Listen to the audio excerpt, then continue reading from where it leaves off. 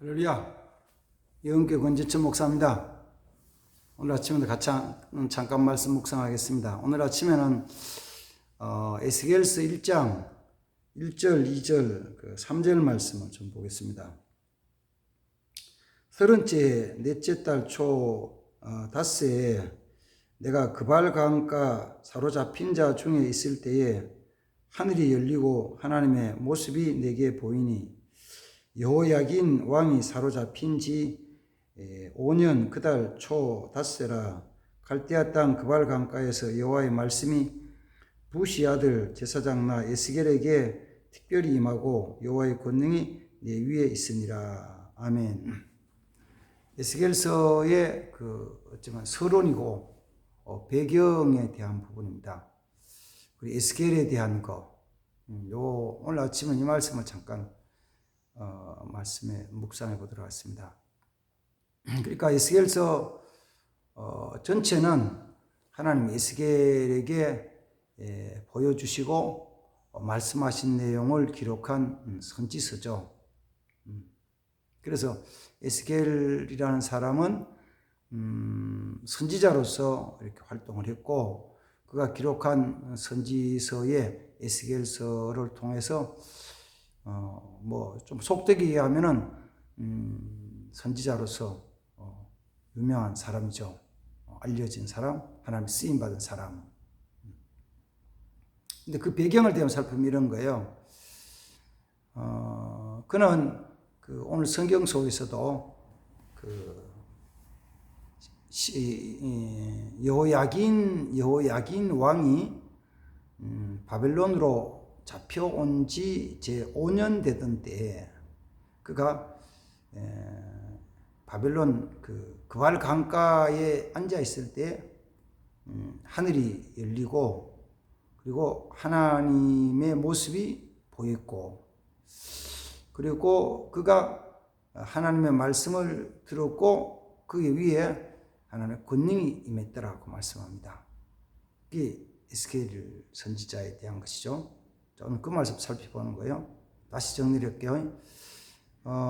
여호야긴 왕이 이 바벨론으로 잡혀와서 옥에 갇힌 지 제 5째 되던 해에 그가 그발 강가에 앉아 있는데, 그발 강가에 그 포로로 잡혀온 자들 중에 있는데, 그에게 특별히 하늘이 열려지고 하나님이 그에게 보여주셨고 나타나셨고, 그리고 그가 하나님의 말씀을 들었고 하나님의 권능이 그에게 임했다는 것입니다. 그러면 이제 시간을 조금 돌려서 그 시간 전 에스겔서 1장에서 하나님 보고 말씀 듣고 권능이 임하기 전, 그 전의 모습은 뭐냐면, 그 전에는 단순히 유다 나라 예루살렘에서 바벨론으로 포로로 잡혀온 사람이죠. 포로로 잡혀온 사람. 물론 포로로 잡혀올 때 예루살렘 성이 좀 파괴되고, 그때는 물론 완전히 멸망할 때는 아니었으니까 많은 사람이 죽고, 그리고 포로로 끌려왔죠. 끌려올 때 어떤 면에서는 그 여호야긴 왕이 잡혀올 때 그때 끌려왔든지, 그렇지 않으면은 그보다 조금 앞에 100일 앞에 그 여호야긴 왕의 아버지였던 여호야김이 잡히기 100일 전에 잡혀서 왔죠. 그러니까 바벨론이 친애굽에서 있는 여호야김 왕을 공격해가지고 여호야김 왕을 잡아서 바벨론을 끌고 오고, 그의 아들 여호야긴을 왕으로 세웠는데, 그때 여호야긴은 8살이었죠. 8살짜리 왕을 세워놓고 가만 보니까 신통치 않는 거예요. 그러니까 바벨론이 아버지인 여호야김을 바벨론으로 잡아오고 8살짜리 여호야긴을 유다 나라의 왕으로 세웠는데, 세워놓고 보니까 이게 마음에 안 드는 거예요. 그래서 다시 공격해서 100일 만에 그 아들 8살짜리 여호야긴을 바벨론으로 잡아오고 오게 가두고 그리고 그 삼촌 시드기야를 왕으로 세웠는 게 이제 유대나라 마지막 왕이죠. 그러니까 뭐 그냥 여러 가지 막 일이 있는 가운데 포로로 잡혀온 그 에스겔, 포로로 잡혀왔으니까 포로로 잡혀온 에스겔이 바벨론 나라에서 존재 가치라는 게 뭐 얼마나 있을까요? 포로 잡혀와서 포로 잡혀와가지고 어떤 그가 가진 재능, 특기, 옛날에 쓰던 지위.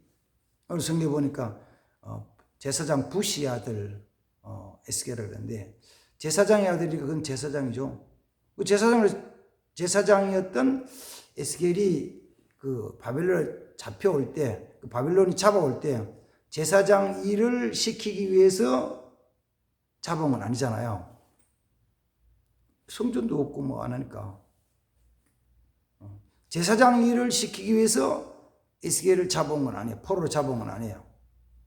그러면 제사장이었지만은 자기 일도 별로 없고 그냥 똑같이 포로로 잡혀온 자들의 어떤 그 노동력, 그 시킨 일, 심지어는 뭐라 하냐면 어느 제사장이겠지. 이리 와봐. 노래 한번 해봐. 노래. 그 뭐 옛날 너 볼 때는 너희들 나라 제사장 노래 한번 불러봐. 그게 이제 시편에 나오는 말씀이잖아요. 우리가 바벨론에 있을 때 그들이 우리에게 예루살렘에 노래를 부르라. 성전에 노래를 부르라. 어떻게 부를 수 있냐고 단식하면서 울잖아요.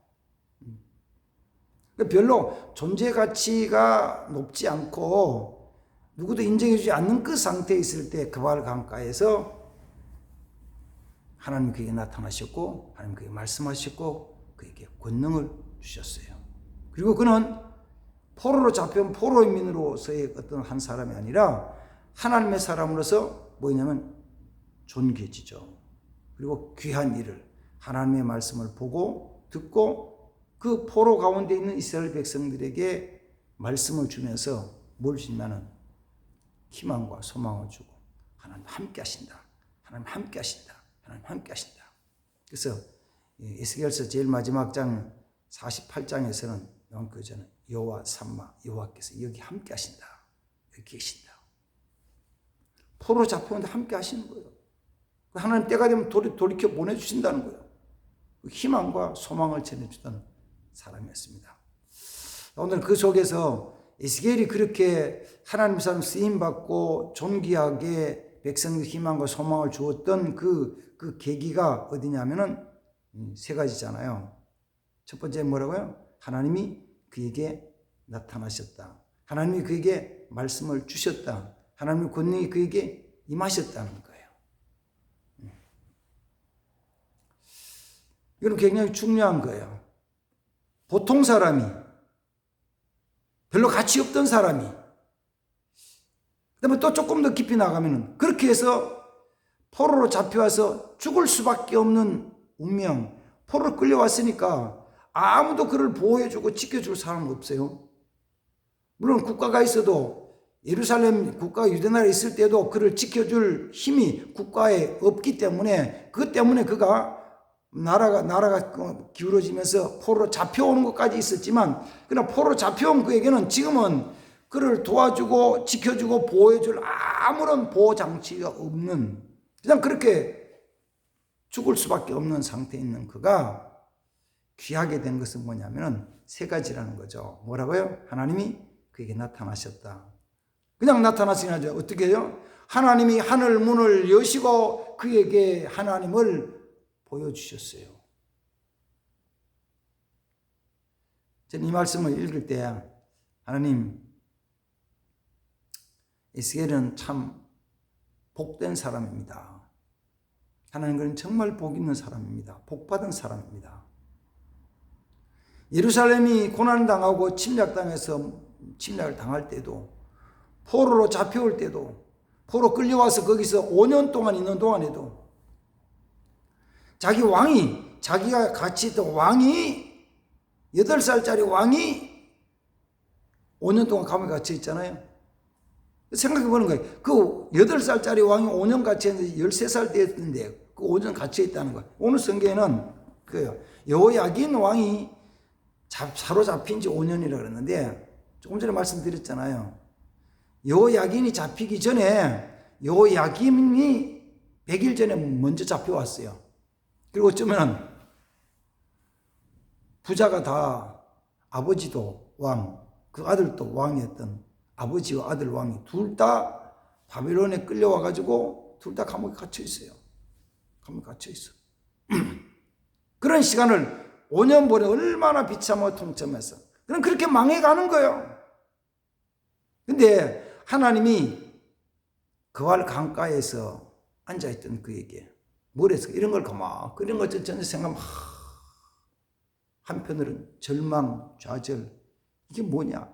낙심할 수밖에 없을 때, 그걸 조금 다르게 표현하면 그가 이 어려운 가운데서, 고난 가운데서 하나님께 기도하는 거죠. 하나님, 여호와 하나님. 그때 하나님이 하늘 문을 쫙 여시고 하나님을 보여주신 거예요. 다른 말로 하면 하늘의 영광스러움을 보여주신 거예요. 그걸 본 거죠. 봤어요. 봤어. 다른 사람이 보지 못한 것 하나님 보여주셔서 봤어요. 그러면 존귀해지는 거예요. 하나님 바라보는 사람. 어쩌면 우리의 삶도 정말 귀중한 것은 이 하나님을 바라보는 거예요. 하나님을 열려지는 거예요. 그 목사의 소망은 그거잖아요.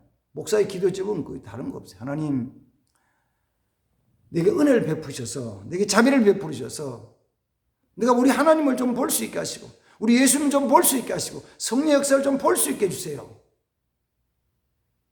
보지 못하는 자는 소경이잖아요.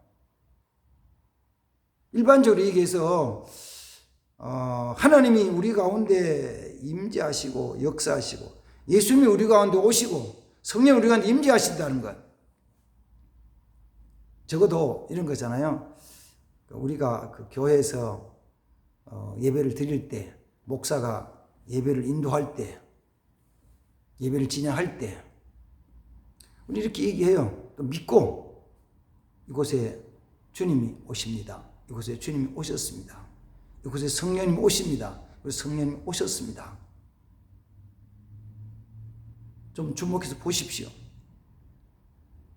성령님이 오신 거 보십시오. 주님 오신 거 보십시오. 근데 그걸 볼 수 있으면 어떨까요? 봤다. 지금 주일날 예배 드릴 때 주님이 오신 걸 봤다. 성령님이 임하신 것을 봤다. 그럼 뭐요? 이걸 뭐라고 말해요? 너무 기쁘고 즐겁고 감격스러워서 와 하잖아요. 기쁨과 소망, 이건 다른 데 있지 않아요. 우리 가운데 오신 주님을 바라볼 때 나타나는 사건이에요. 나를 볼 때. 보는 거예요. 보면 돼요. 보면 됩니다. 보세요. 보면 됩니다. 그 다음 두 번째가 뭐라고요? 여호와의 말씀이 그에게 임했다는 거예요. 말씀. 하나님 그게 말씀하셨어요. 그 말씀은 에스겔 선지자가 에스겔 선지자만 들었던 것이죠. 아무도 듣지 못했어요. 보지도 못하고 듣지도 못하는데 에스겔 선지자는 하나님의 말씀을 들었어요. 하나님의 말씀이 뭐예요? 사실은 그 2장부터 시작해서 쭉 나오는 거. 그 2장부터 마지막 48장까지는 하나님이 에스겔에게 보여주신 환상, 하나님 그 하신 말씀, 그 예루살렘에 대한 것, 성전에 대한 것, 이스라엘 백성들에 대한 것들을 하나님 쭉 보여주시고 말씀하실 때 그 말씀을 들었죠. 다른 말로 뭐라고 하면 될까요? 하나님이 이스라엘 백성과 예루살렘과 그 나라에 대한 장래에 대한 일들, 이거는 하나님 계획이잖아요. 그거는 조금 다르게 말하면 비밀이에요, 비밀. 그래서 사도 바울이 이 고린도전서 4장 속에서 고린도 교회 편지를 할 때 이런 말씀을 해요. 너희는 우리를 하나님의 일꾼이고 하나님의 비밀 맡은 자로 여겨라. 사도 바울은 하나님의 비밀을 맡은 자예요. 그 비밀이 얼마나 중요하냐 그러면 굉장히 중요하죠. 생명에 대한 것이니까, 하나님의 몸된, 그리스도의 몸된 교회에 대한 것이니까, 영생에 대한 것이니까 충분히 너무 귀한 비밀. 누가 존귀한 자냐? 그냥 밥 먹고 사는 사람이 존귀한 게 아니고, 생명은 똑같을지 모르지만 그 속에 아주 귀중한 큰 비밀을 간직한 사람은 귀한 존재예요. 국가로 보면 이런 거 있잖아요. 국가에서 아주 귀한 비밀을 가졌어요. 어떤 비밀이냐면 이런 거 있잖아요. 봐요.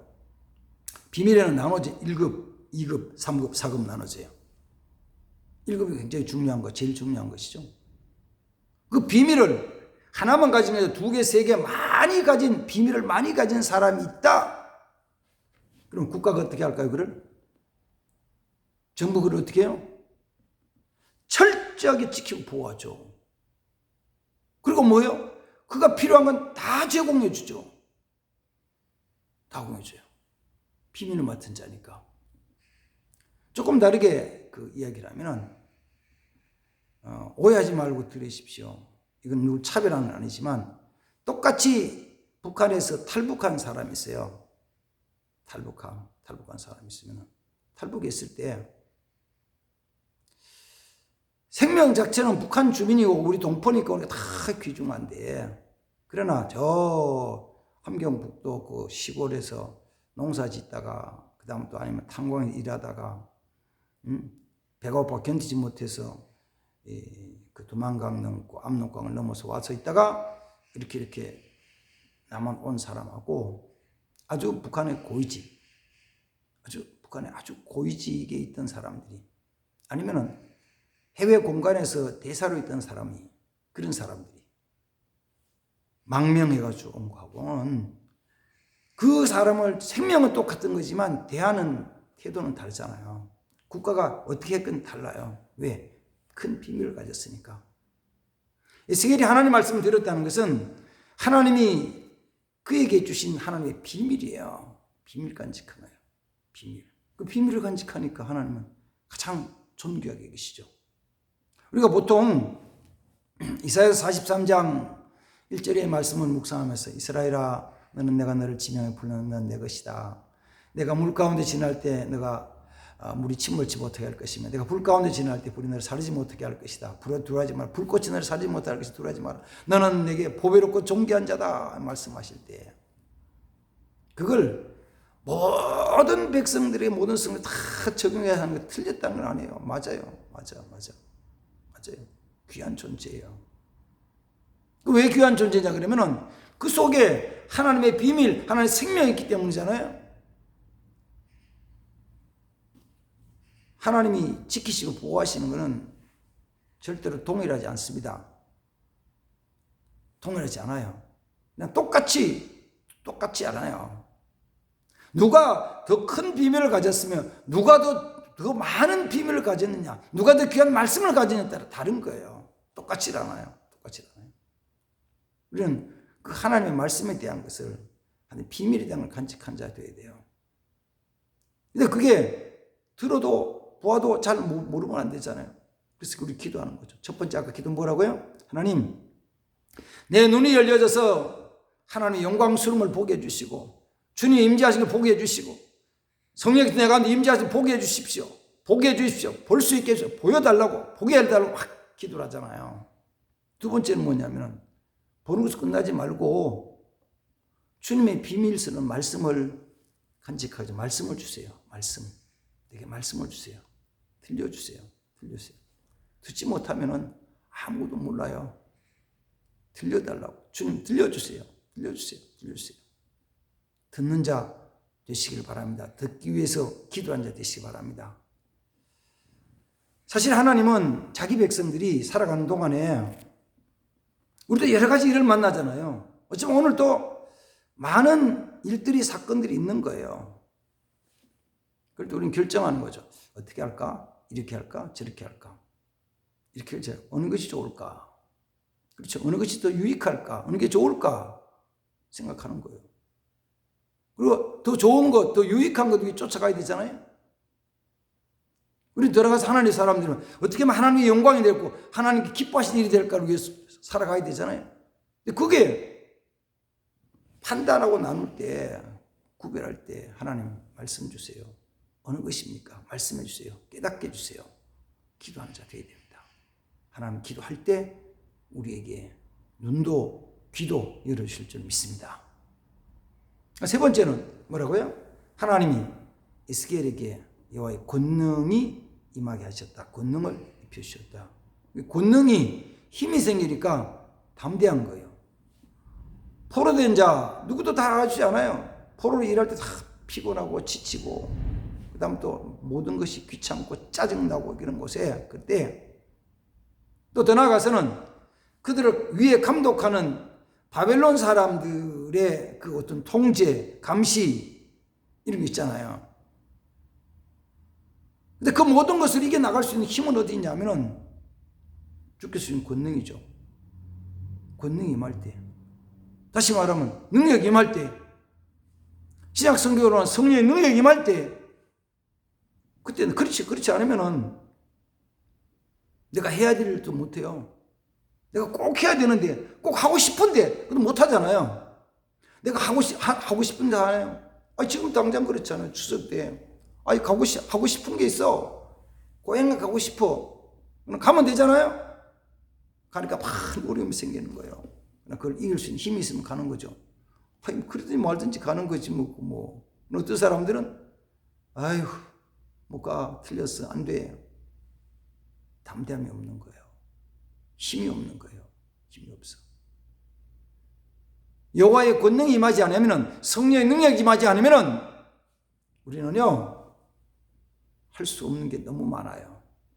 어쩌면 나중에는 아무것도 할 수 없는 상태로, 나는 꼼짝할 수 없는 상태로, 그게 마음에서부터 와가지고 마음에서부터 온 게 뭐냐면은 사실은 우울증이잖아요. 우울증하자고 나는 무익한 사람이요, 무능한 사람이요, 살아갈 존재 가치도 없는 사람이요, 그래서 나는 죽어야 된다고, 나는 아무도 못한다고, 모든 사람 보고 세상 환경 보고 때로는 원망하고 불평하고 때는 저주까지 하잖아요. 그거 없잖아요.